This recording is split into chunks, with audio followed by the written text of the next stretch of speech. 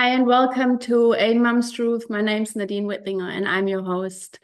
Let's welcome today's guest, Jonathan Zalunardo. Jonathan spent a lifetime inside the conveyor belt schooling as a student, then as an education professional for over a decade. That journey shaped his mission to guide the genius that lives inside us all. He now operates Apogee Australia, a family leadership center supporting home education families through self-education, self-reliance, and entrepreneurship. Hi, Jono. How are you? Oh, fantastic. Thanks for having me. I just want to add a few things to your introduction. Why did I invite Jono and what does Jono mean to me on that path I'm on at the moment? We only met about 3 to 4 months ago, so it's a pretty young friendship, but it has been a really profound for me. And yeah, I haven't met many people that I felt so aligned with in a very short amount of time. We share the same values. We are very aligned in our beliefs, and you inspire me because you are going for it and you're not afraid to fail and get up and, keep trying or try and change the way you approach stuff. So I feel really inspired by you and I love our conversations. And we will probably get into it how our youngest is also a little leader at Apogee.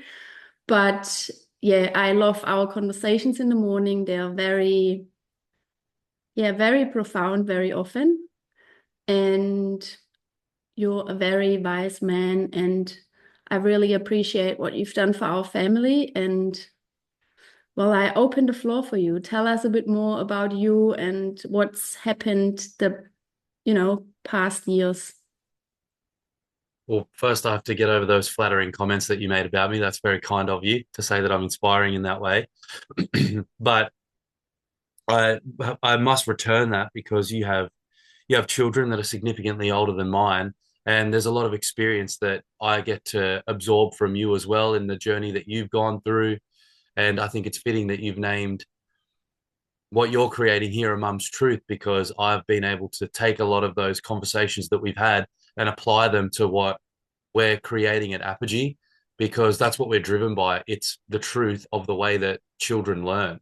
And you mentioned that my history is working in the conveyor belt schooling system that people will commonly know as public or private education. And now that I step out of that system and meet people like yourself and work with children like yours who aren't exposed to that way of learning, I actually get to experience what it really means to learn because my education and my training to become a school teacher was very specific. Therefore, my knowledge on how people learnt was also very specific. But there's a big, broad way about how people learn. And it's coincided with me starting my own business, which I didn't go and get an education on. It's just something that you learn in real time. And I've there's so many other examples that we could witness in real time, whether it's your own children. My children are very quite young. But there's so many other instances in life where we're constantly learning, but we just seem to pigeonhole it to school. And now that we step outside of that, that's what brings us together to have this conversation here today. And I guess that's a little bit about why we're here and what it is that I do with my life.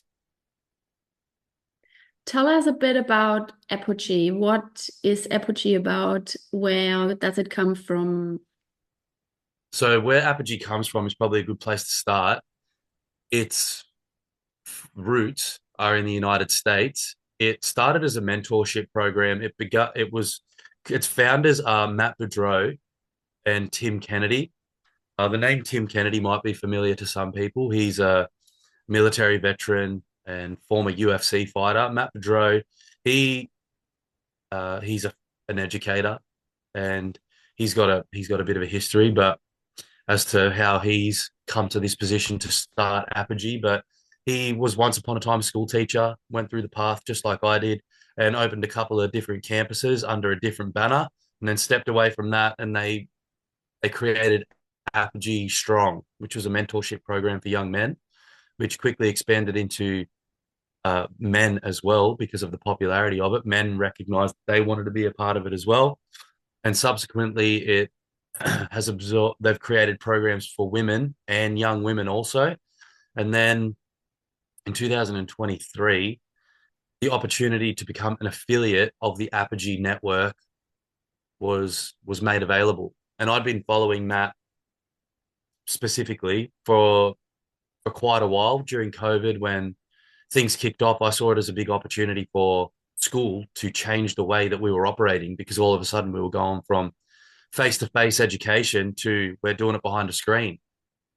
And from the early days of me being in schools, I quickly realized that there was something that we were missing in the kids. So then when COVID rolled around, I was like, sweet, we're going to make some changes and we're going to tap into their genius because they're all at home. So we're going to be able to tailor things a little bit for them, but that's not what happened. And then I was sort of a little bit naive in thinking that we were going to be able to make significant change from within. You always see people talking about Finland and all these countries that are doing cool stuff in education, but then we never actually do anything. So then COVID rolled around and everything happened that happened. And uh, then this opportunity to become an Apogee affiliate came around. And so that's what Apogee is. So in the United States, there's about 100 campuses that are, some of them are micro schools, some of them are charter schools, some of them just operate as after school programs. There's a whole different range of what Apogee campuses are doing in the States.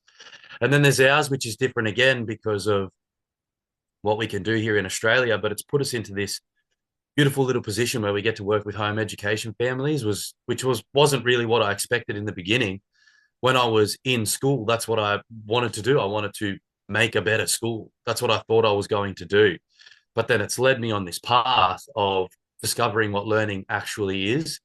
And it's kind of a beautiful little parallel that I'm going through this own experience of learning myself, and I get to do that alongside the kids. It's just in a different, I guess, in a different realm. They're learning how to build the foundations of their life, and I'm learning how to do something completely different. But the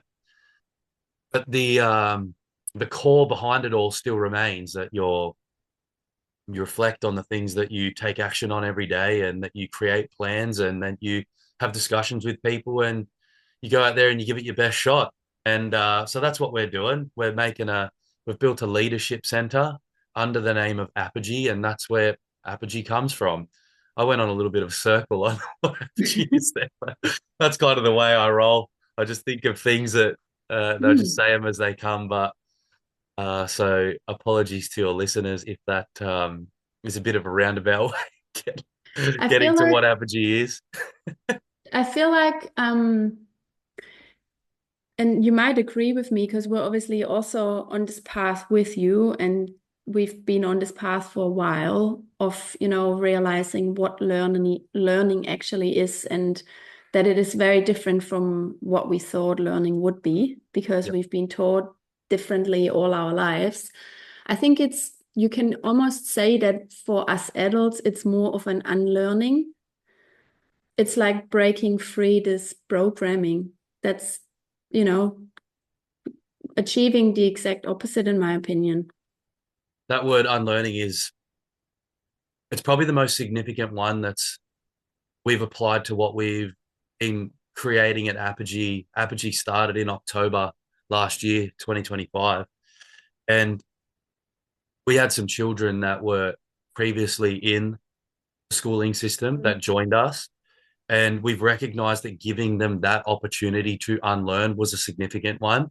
But then off the back of that, it's also been a huge unlearning process for us, like you just mentioned, because previously my day-to-day existence was arrive at school every day with a plan of what the children were going to do, and it was on my watch.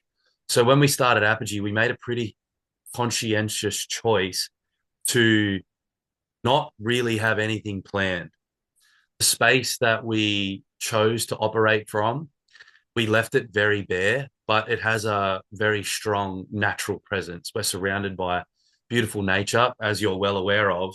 And we knew that that would be uh, that the environment itself would be a huge catalyst for these children to learn, and that they needed to go through a period of time where they were trusted to actually engage in the environment in the way that they saw fit. And then as we've observed them and gotten to know them, we've learned about them and things that they enjoy doing, things that they're interested in, and we've been able to develop our space in accordance with who they are. So whilst it's not, it doesn't look anything like a school. It doesn't have the polish or the resources or anything like that yet. But the things that we do have are in alignment with what the children enjoy doing. So we do things like cooking with them, but we do cooking over fire. We don't have an industrial kitchen or anything like a school kitchen might look like, but we adapt to what we've got.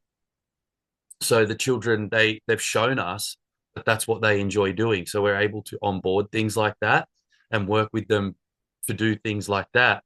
But if we'd come in day one and said, we're doing a cooking program, we're doing a X, Y, and Z program, then it would have overshadowed who they are, instead of us actually stepping back and saying, who is this person that is in front of us? Who is this child? And where do their talents lie? And we're very aware of the fact that we need to leave room in a day for them to show us that. And then we get to relay these things that we see to the parents, and they have conversations with us. And then we're very much working alongside the parents and the child to build them up, because at the end of the day, we trust that they know what it is that they want to learn, that they know who it is inside of them that they are, but they need a little bit of guidance. And at some point, we all do. I'm 36. I still need guidance on things. And there are people that I speak to that pull things out of me that I'm not quite aware of right now. And why wouldn't that be the same for a child aged 5, 6, 7, 8, or 9? So Yeah. that's a little bit of what we're observing when it comes to that process of unlearning, because it's a real one, and it's not a term that a lot of people are totally across, because we feel like we just have to fill children's minds with the knowledge that we have, not really thinking about where we got it from in the first place. It's hard for us to remember what we were like as children. So I feel like it's really important for us to just take the children for what they are and observe them first and foremost, and then build some good standards and good processes around them so they can allow their genius to shine.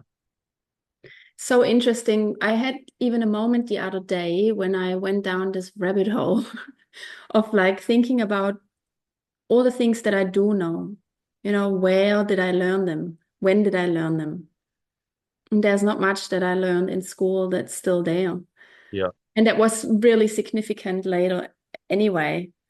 So I think that's pretty cool. And I have to share with you, I did watch a presentation about forest school the other day. And it was a friend of mine presenting it. I'm doing like an academy at the moment. And she was showing how she set up the forest school for kids that are still going to like a normal state school, and then they, get to go once a week or so across the road into forest school. And funny, when I watched it first, I was like, wow, we're like forest school 2.0. At Apogee. Yeah. But like so many things that she said, I haven't even considered until then, like for example, nervous system regulation. Mm, Kids have to be in nature. They're not meant to yeah. be in a classroom all day. Well, that's the world that So got made for us at the end of the day, isn't it? We're yeah, we're built to be a part of nature. Yeah. 100%. And I feel like a lot of things that she said, that the kids, they if one got hurt, they would look out for each other, or if one is facing a problem, they would come together and solve it together. And I feel like that's something I only start realizing that at Apogee, they do all of this naturally. Yeah. And That's that's really beautiful. that's something that comes from I take a lot of inspiration from Peter Gray. He Mm. wrote the book Free to Learn. That was one of the first books I ever read in education, and I know that you've been reading it. And the chapter where he talks about hunter-gatherers and the way that their children would live, because we put these titles on things like school and even in the home education world, we call it homeschool, and I don't really know what about it is school. And even home education. Like once we've had this discussion before about what are we meant to call it, because the definition of terms matter. And once upon a time, it would have just been life. And he talks about it, the hunter gatherer children, that the tribe trusted them to go out and live, to go out and take care of each other, to instinctively know what it was that they needed to learn and what they needed to do. And then eventually they would become these adults that had observed the adults and practiced and played, and then been absorbed into the elder tribe, having innovated and created new things to go out there and do. So that we've taken a bit of inspiration from that at Apogee. I wouldn't necessarily say that up front it was an intentional decision, like we're going to be out in nature all the time, and but it's just so aligned that we ended up here on the sunny coast, and we found this beautiful. Well, there's just nature around here everywhere, and it's kind of a bit rude not to take advantage of it, right? And the kids just they love it, and who are we to say stop? And one point that you mentioned at the beginning of what you just said there is that we have all of these bits of knowledge that we carry with us that we don't know where it came from. And my wife and I were discussing it the other night. And one of the things I learned from school, from my report cards, was that I talk too much. And we have this little beautiful child now, she's 3, and she wants to talk all the time. And it got us thinking about how both my wife and I, we got told as children that we talk too much. And it makes me think, if that talking too much was channeled in a way that Mm. it was actually appropriate, then would have our lives turned out a little bit differently? Would our childhoods have been a little bit different? So it makes us aware now that we need to observe what our little girl does, and that guess what? She's got 2 parents that are chatters, and she's turned out to be a bit of a chatter. So we need to let her speak, and we need to guide her on when to speak and how to speak, and when things are frustrating, there's a certain way around it. And I feel like that's just a perfect example of what you said there. So Mm. I just wanted to share that because I think it's important. Yeah, I reckon it's really important. And then, like people that are really interested in doing some work, some inner work, if you want to call it like that, and, like look at themselves and how they show up every day, what all of this, like it has done some damage because I've been taught the same, you're too much, you're talking too much. And now I actually reckon it's a gift, I mean, Absolutely. Well, look not everyone likes speaking in front of an audience. yeah, So, and I feel like it's actually sad if you think about it, but it's also really beautiful because our kids just experience this all differently. So it's really cool to see them grow up and see what they do with it. yeah. And that's Whereas, not to say that there's going to be certain things that our children look back on and say, our parents yeah, did this. Like, I exactly. think it's inevitable that they'll turn around at some point and be like, hey, mum and dad, see when you did this when I was a Mm, child, this is the flow on effect. Because I'm conscious of it now that my mother specifically, she looks at what we're creating out here, what I'm doing in the world, and she reflects on her own parenting as a when she was a young woman. And but I don't begrudge that in any way. I'm not bitter. I'm not. I don't say like, Mum, you did something wrong, because that was the path. That's what needed to happen in order for us to get here, right here, and right now. And I think exactly. that's just a matter of integrity. And don't get me wrong, I've run my mouth at times and gotten upset about things when I shouldn't have, and Yeah, but that's just a part of the game. But at the end of the day, what we're doing is we're placing trust in our children, and the ultimate goal is that they understand that they are capable with the gifts that they have, and that's what we're aiming to achieve right now. Is that children walk away, or sorry, move into the world and move through the world right now, knowing that they are capable. I think that's the most powerful gift that we can give a child, and that's the most powerful feeling that we could have as an adult, as a human. You want to walk into any room in life and feel like you have capability.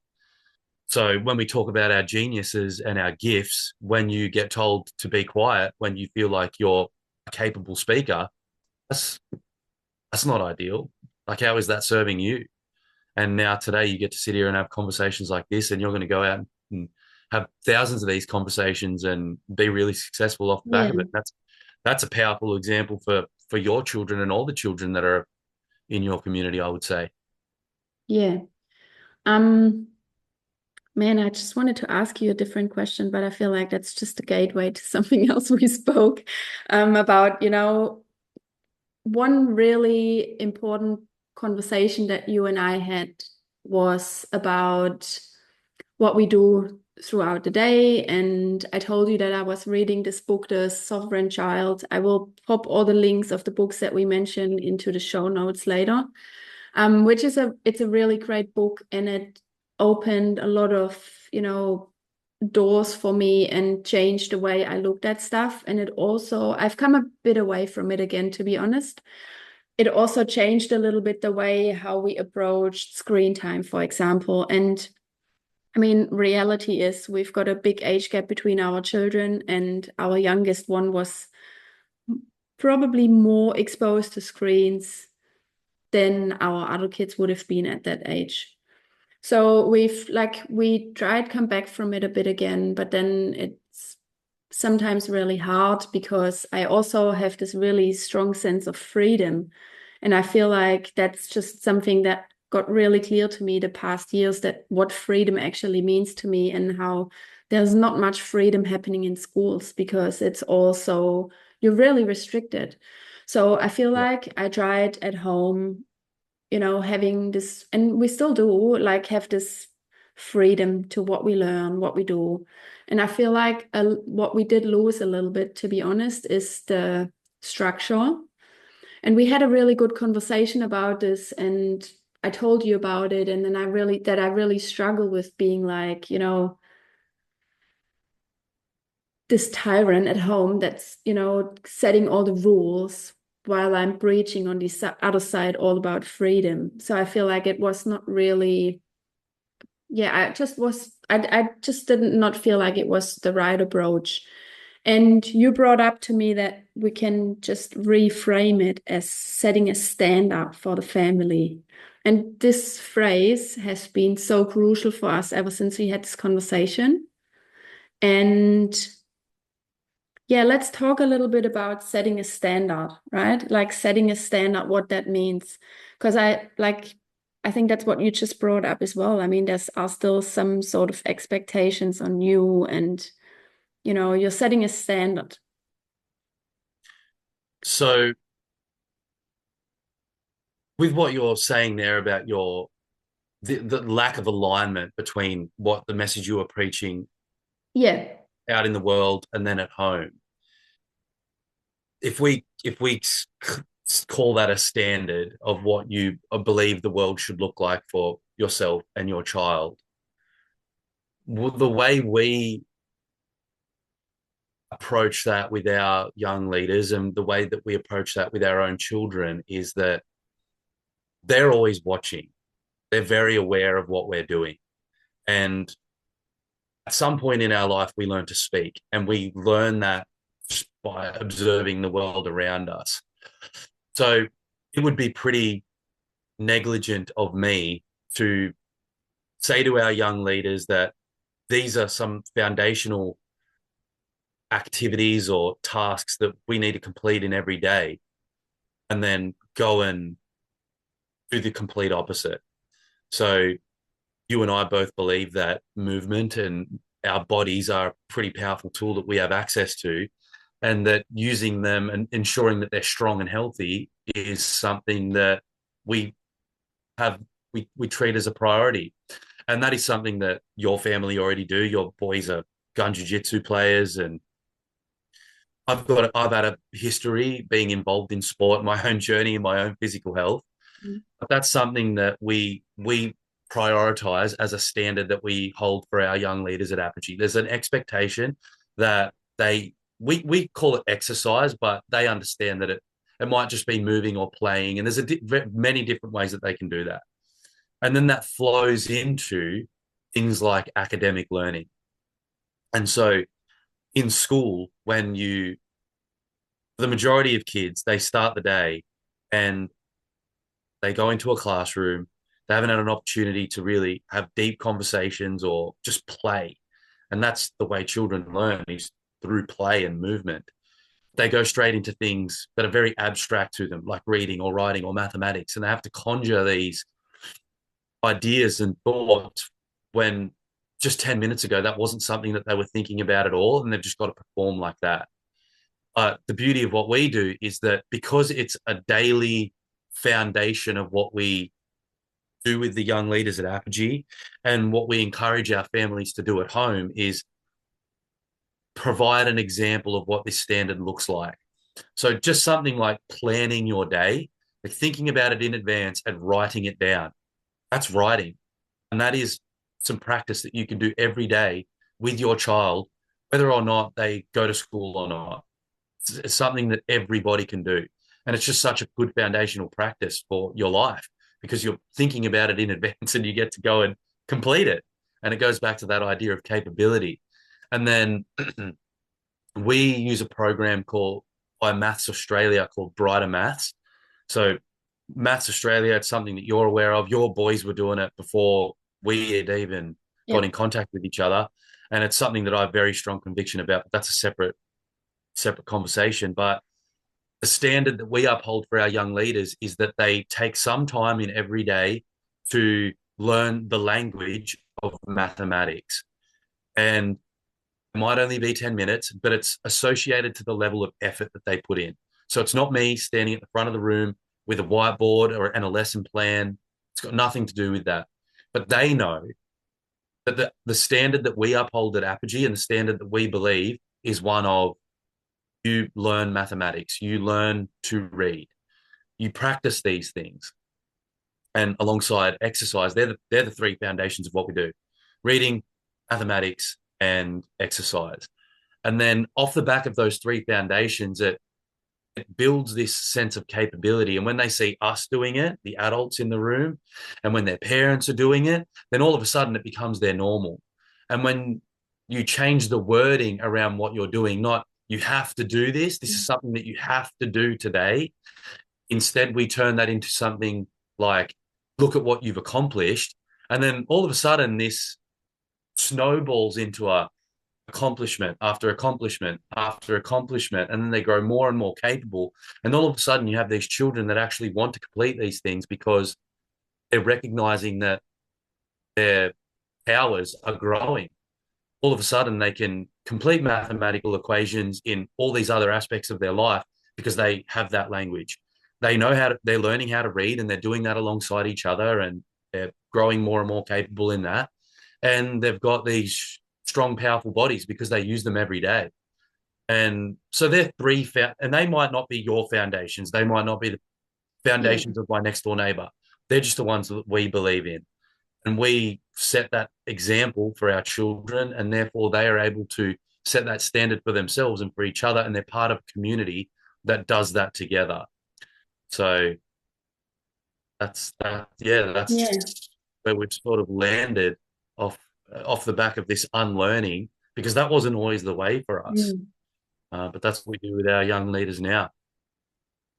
And I feel like ever since, like in my personal case, ever since we had this conversation, it's just,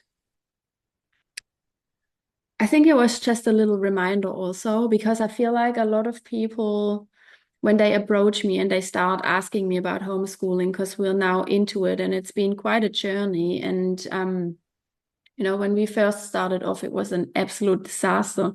And then to think where we are now and what we're doing would have been unimaginable back then.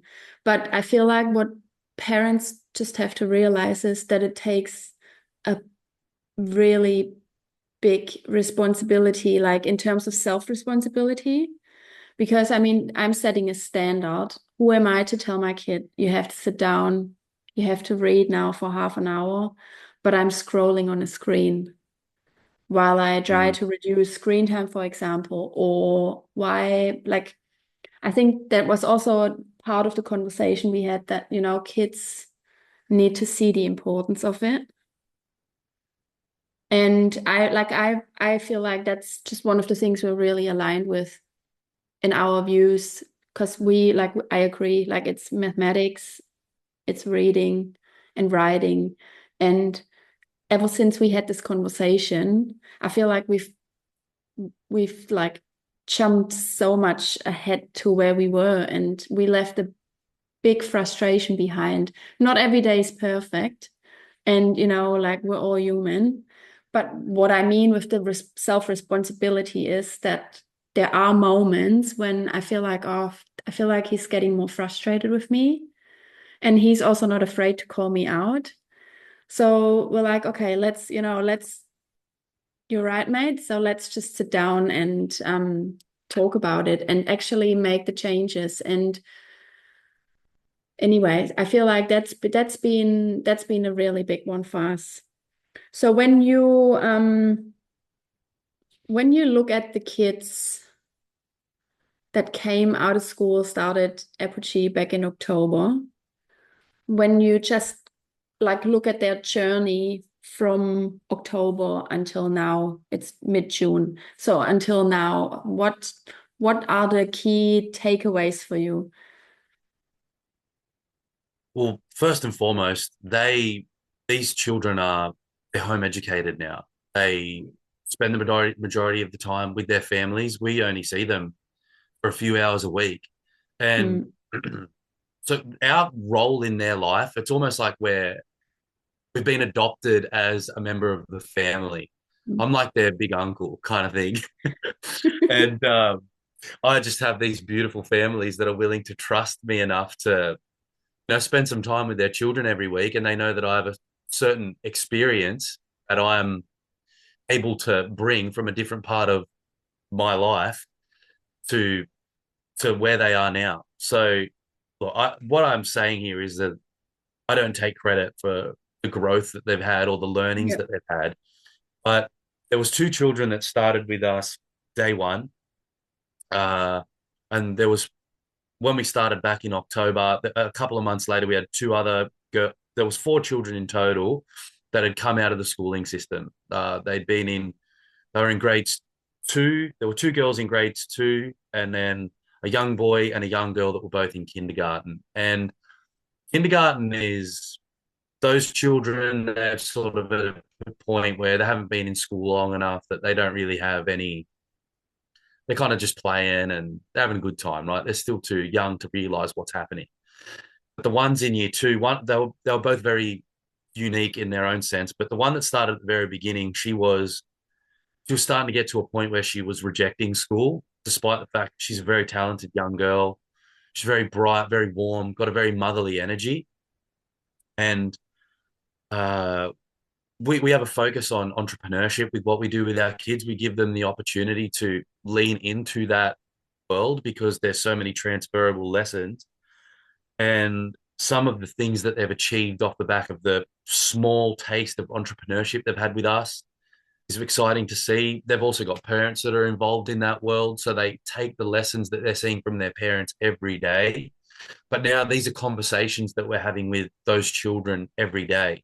The way they teach themselves academics. I referenced this girl that was starting to reject school.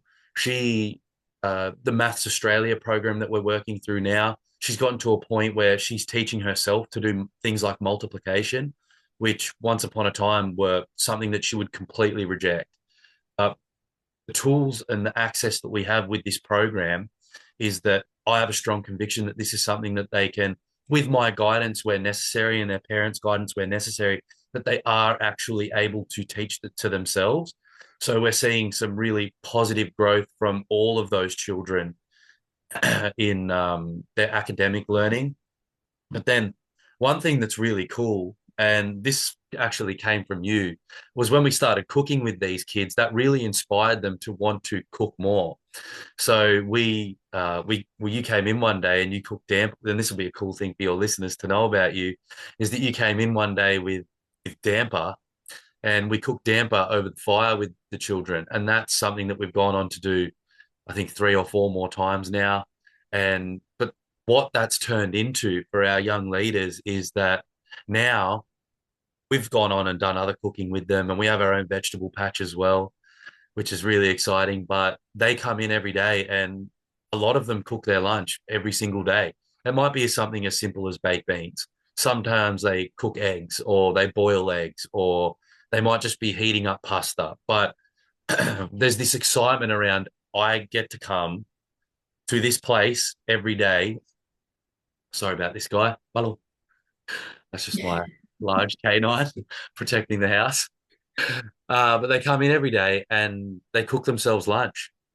And one of the mothers, she made the point that despite the fact that they might not be sitting down and reading every day, they might not be sitting down and writing and doing mathematics and all this learning that you might see in school, which has its own varied results. We have to acknowledge that not every Mm. children just automatically learns that. That's why school refusal is such a thing. That's why grades are a thing. Children get grades that reflect that they aren't learning this stuff. But this mother, she made the point that the children now are able to wake up in the morning and they make themselves breakfast. They Mhm. make themselves lunch, which goes back to this idea of her children are capable. So if they're capable at that, what are they going to become capable at next? And it's just stacking these little pieces together of their life, these little puzzle Mhm. pieces of capability together. And cooking for yourself might, I don't know, for some people that might not be important, but I think being able to grow food and nourish your body, like, if you don't eat for a couple of days, you're going to get pretty frustrated, right? But It's a pretty these, important part of life. yeah, but for these young ones that once upon a time they weren't really getting an opportunity to do that every day, that's what we, that's what they're starting to do now. And look, we can't take all the credit for that, but we've introduced it to them and seen that they've got an interest in it, and we give them the space and the opportunity to do that day to day. And what comes next off the back of that? Well, I mentioned that we have a focus on entrepreneurship, and the first we went to a market with them, and one of their biggest takeaways off the back of it was that food is a big seller. People are interested in going out and buying things, and so they've got their sights set on now in how they can incorporate the lessons that they're taking from cooking and apply that to potentially going out and doing something like that at a market, which what that's going to lead to next is anyone's guess, but we've got pretty strong conviction that it's going to lead to something pretty positive for them. 100%. I actually got scrambled eggs this morning, cooked by my Sam cooked it. son. Sorry, Yeah. your son cooked them for you.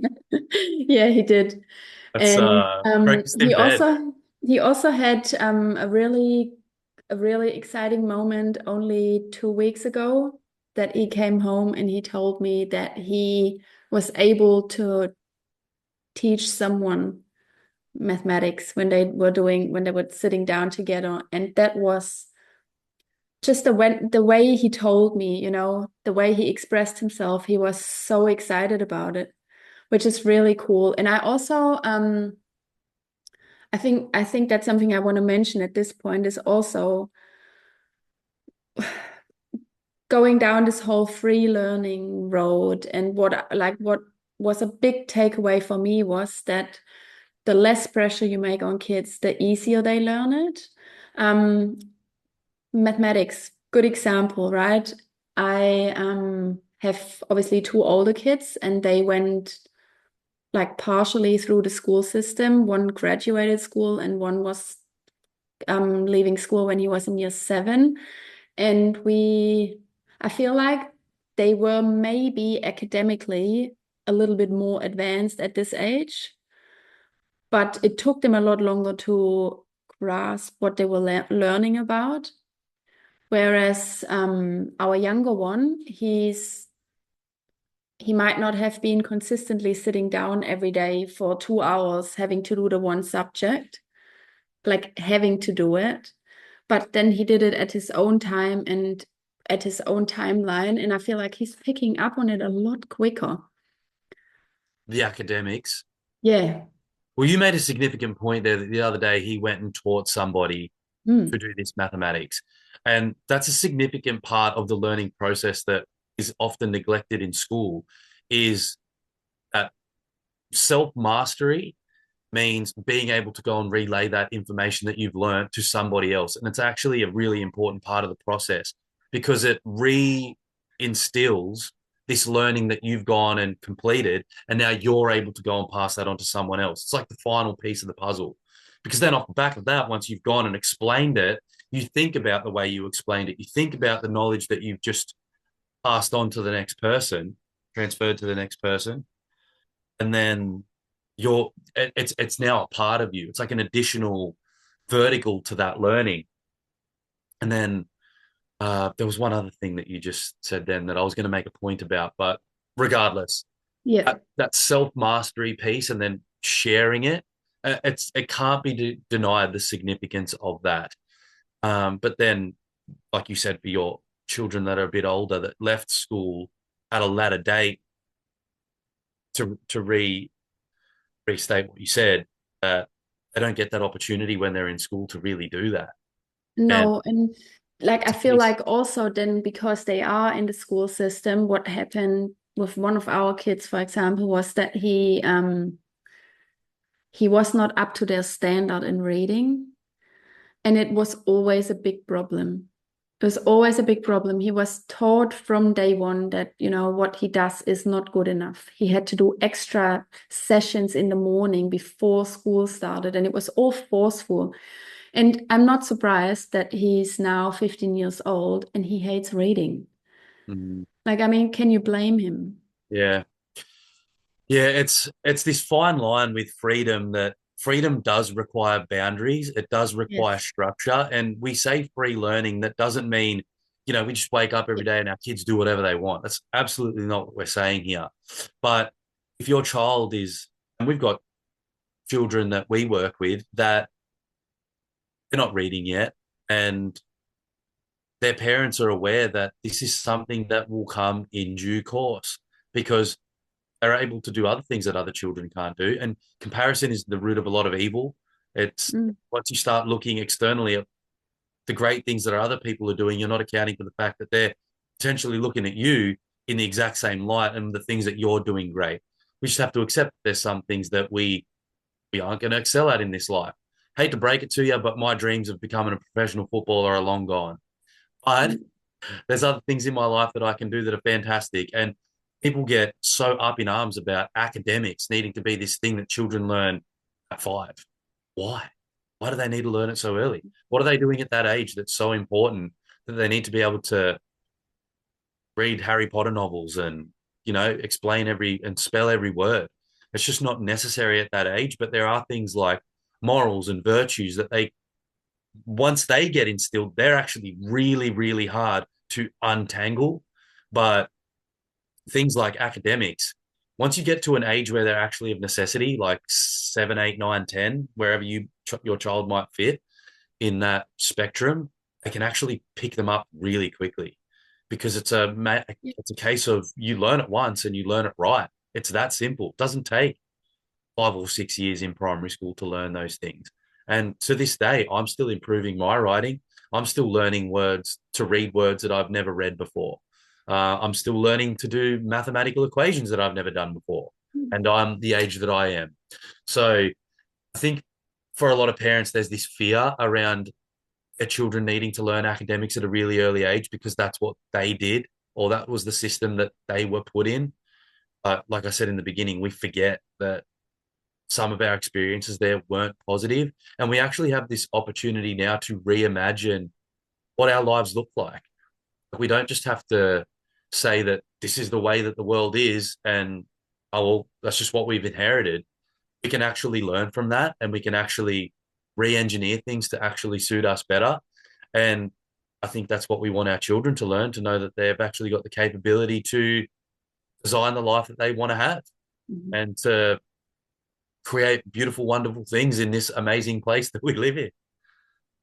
And what I find so interesting is when you watch the kids, and I specifically speak about the Apogee kids and our own kids, that when they have this freedom, and I feel like a lot of kids, when they come from school, they're very anxious and they can't, like, they don't even believe in their own capabilities of lighting a fire. You know, Yeah. I feel like that's a really good example. And that was also an example in that, what did I say before? The forest school presentation I watched, how proud they were when they lit the fire and, like they got to roast a marshmallow on it. Just speaks to us, doesn't it? It does. And Yeah. I'm not gonna lie, when I was the first time there and you guys had a fire going, I was like, oh, but I held myself back and I'm glad I Yeah. did because they know what to do around the fire and whatnot. And I mean, little accidents happen anywhere. And some experience have to be made. And I'm not talking about a child jumping into the fire, but you know what I mean? Like it's Yeah.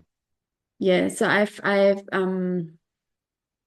really It's just a matter of interesting. giving them the opportunities to grow their awareness around Yeah. things that we just see as normal in day-to-day life that we need to teach our children, but in fact just the words that we use around them, the experiences that we give them, trading things for like be careful to be aware, because all of a sudden when our children are aware around something that can be dangerous like a fire, well then all of a sudden it's not dangerous, it becomes a tool for them.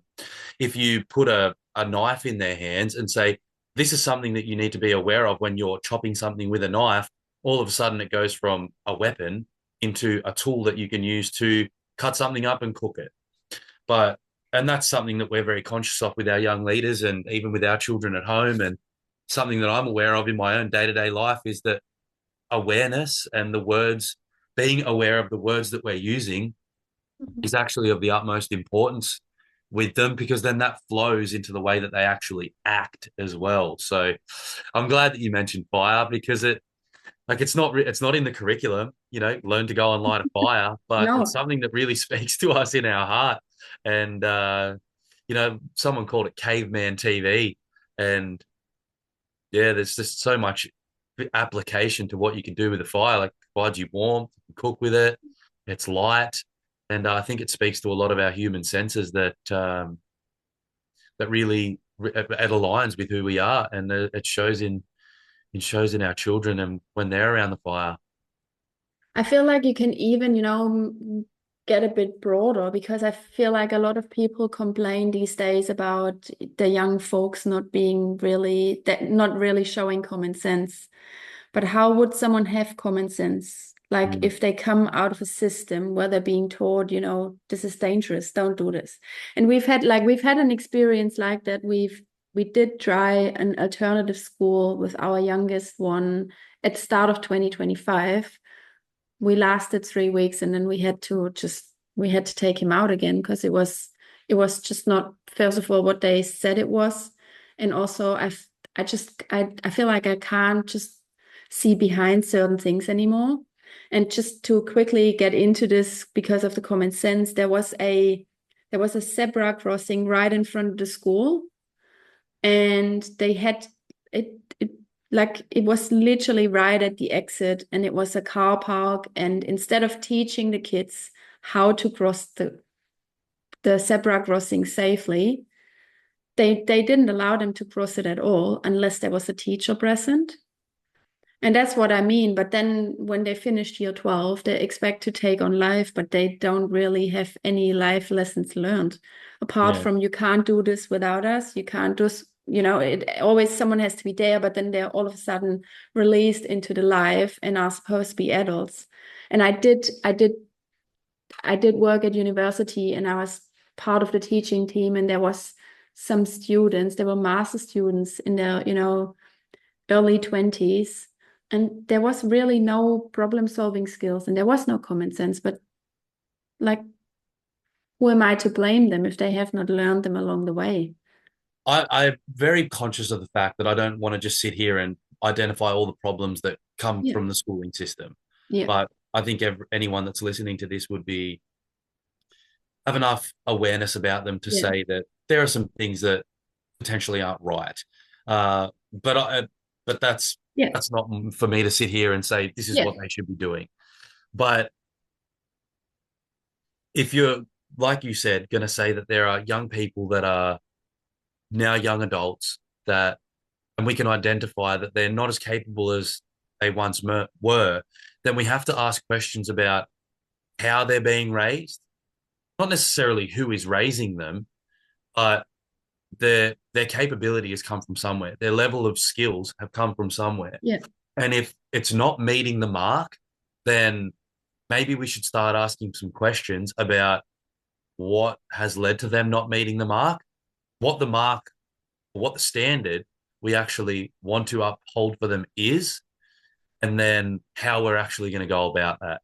And it sort of brings us all the way back around to, well, let's trust them. Let's look Mhm. at what they're doing first.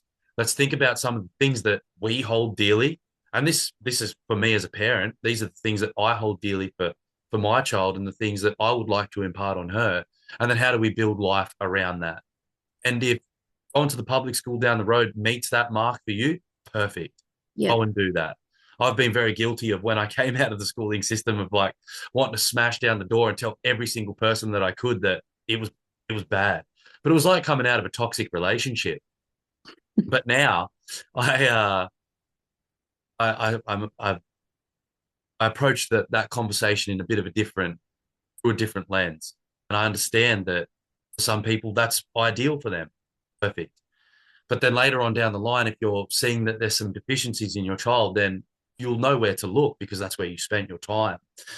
And the overwhelming majority of kids, they all have some common things that they do in their life. Yeah. So I think that there's some patterns that we can identify there to see where a couple of the problems might be coming from. And it's not just school.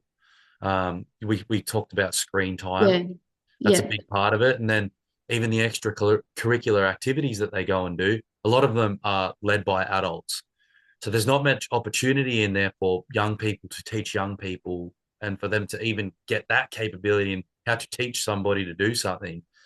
Um, so I think that's why it's so important for young people to be given that opportunity to actually be leaders themselves and be referred to as leaders because that's what they are. They're young leaders and they're growing into the leaders of tomorrow.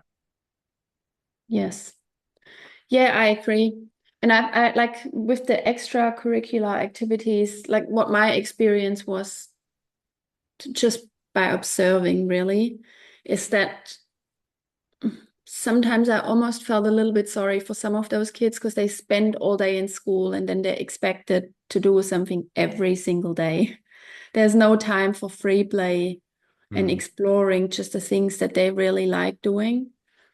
And anyway, I have to come back to that book that I read about what I talked about before, The Sovereign Child, because he brings that up as well, how we set a time for free play, but it takes away, like they should be able to free play for what they think the amount of, and I'm not gonna sit here and tell people that kids have to play for 12 hours and things like that. But like just setting them a time, they've got like 1 hour free play before they have to go to the next activity. It kind of takes away the magic, and they might be in a really great creative process, and you're ripping Yeah. them out of it. And that's where going Um, back to standards is actually of importance because if they're the ones that are setting their own standard, if they're planning their own day, then they know that they've got these yeah. obligations to themselves that they're going to complete. So, hey, if you complete your obligations in the first 3 hours of the day, then you got a lot of time off the back of that to go and do all those wonderful things that you want to do anyway. And if something spontaneous comes up in the morning that you want to dive deep into and it gets towards the end of the day and you realize that there were some obligations that you didn't meet, that doesn't mean that you still haven't learned something because you can go and reflect upon that anyway and say, oh, I didn't go and complete my exercise or read a book today or do some mathematics today. I went and did all these other things. Maybe I'll do it now.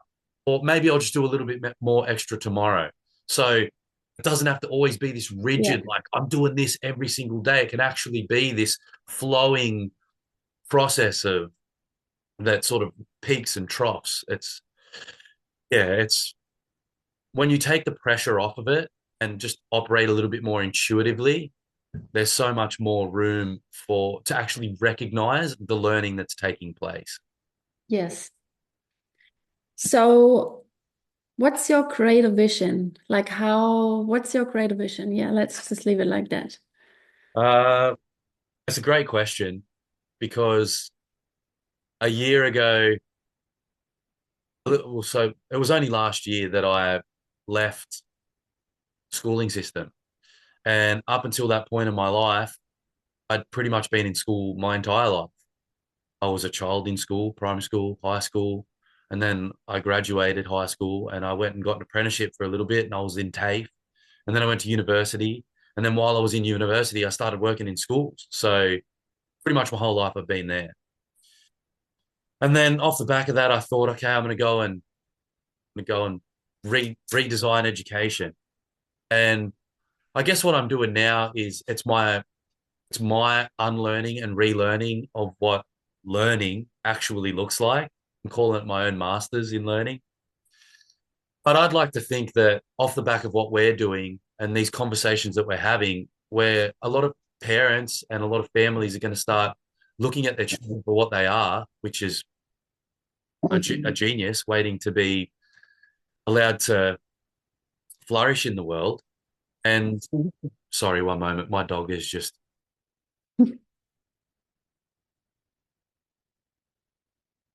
my apologies.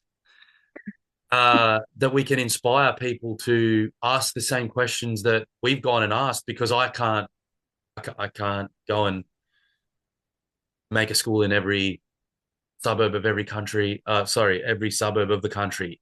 But I'd like to think that there's someone out there that could go and redesign education for the children of their community and to go and ask these questions for the children of their community because there's so much talent out there. And then I've also been diving into this mathematics that I've mentioned with you, and I view that as something that is actually a way that we can make a lot of impact with. So that's something that I'm putting a lot of attention and energy into, and I've just been able to observe that children are actually very capable of teaching it these things to themselves.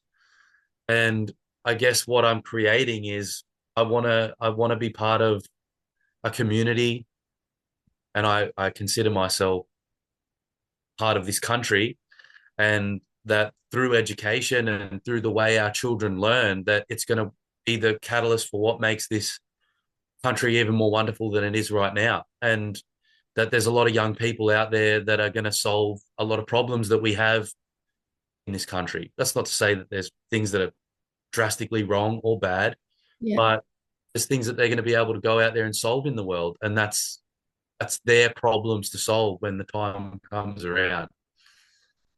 So that's I guess that's my creative vision is how do we go and equip our parents now? How do we have these discussions with parents now? And so I'm very grateful for this opportunity to discuss this with you because I really value the opportunity to have these discussions with you, and that for whoever listens to this, that they maybe start asking some of these questions to themselves and just asking what their community might look like if they removed some of the pre-existing ideas that we already had. Um, and education might be a small part of that. But yeah, that's just a small piece of it. And I'd love to think that in a few years' time there'll be not just Apogee campuses popping up everywhere, but this will be a bit more of the norm that we'll be able to really inspire people to go out there and design education for what it looks like best for them, with their community at heart, with their family at their heart, and with their children and their young leaders at their heart as well. Nice. And I think, our kids speak volumes anyway. I feel like sometimes you don't even have to say a lot. People notice as well. They're very inspiring, and they teach us more Yes, than we they care to they are. realize if we just stop and look. Yeah. They are. That's awesome. So at the end of a call, I usually just, yeah, let you share some. Do you have like a website or Instagram? I will put all the links into the show notes as well. How can people reach out to you and, maybe have a conversation about Apogee or your vision? Yeah, so we've got our Instagram going. It's Apogee, APOGEE_Oz, AUS. We don't have a website or anything like that going. We kind of just we're just allowing this thing to flow. And the people that find us, if they're curious, they come and ask questions. But at the heart of what we're doing is the children. So that's where the majority of our energy goes into looking at them and what they're doing every day. And then people like you, they just find us when they're ready to come and find us. Um, and then, like I said, we've got some things going on in a few different other spaces or in education, specifically around mathematics that we'll be focusing a little bit more on in the future. But um, that program that we operate, it's Maths Australia. So if you just go punch them into Yeah. Instagram or you go Google them and you'll find their website pretty quickly. I've got some real strong conviction about them and what they're doing. And then our parent company that we're affiliated to, you can just apogeestrong.com. There's some good info there about what different campuses are doing over in the United States, and then what our parent company, what their mission is. Um, you can find some real good info there, and then fellas like Matt Bedreau, and you go check him out and the message that he's putting out there. He's a wonderful man, and I owe a lot to him and the things that I've learned. But the Apogee network, it's like I said, predominantly in the United States, but I'd love to think that a little bit of their ethos and what they believe as Americans, like they have a strong sense of freedom, and that's something that I've learned a lot from. It's been instilled in me, and I feel like a lot of people just think of America as this wild place, and there's a lot of bad things about it, but they're just wonderful people that want the best for their community, just like I've mentioned. So, yeah, there's a few. If you jump on Instagram and just write Apogee, there's Yeah. so many cool people that you'll be able to interact with there, and yeah, that's where you can find a little bit about what we're doing. Awesome. Thank you so much, Jono. Thank you. It was a pleasure having you, and I shall see you tomorrow. Can't wait. See ya. Thank you.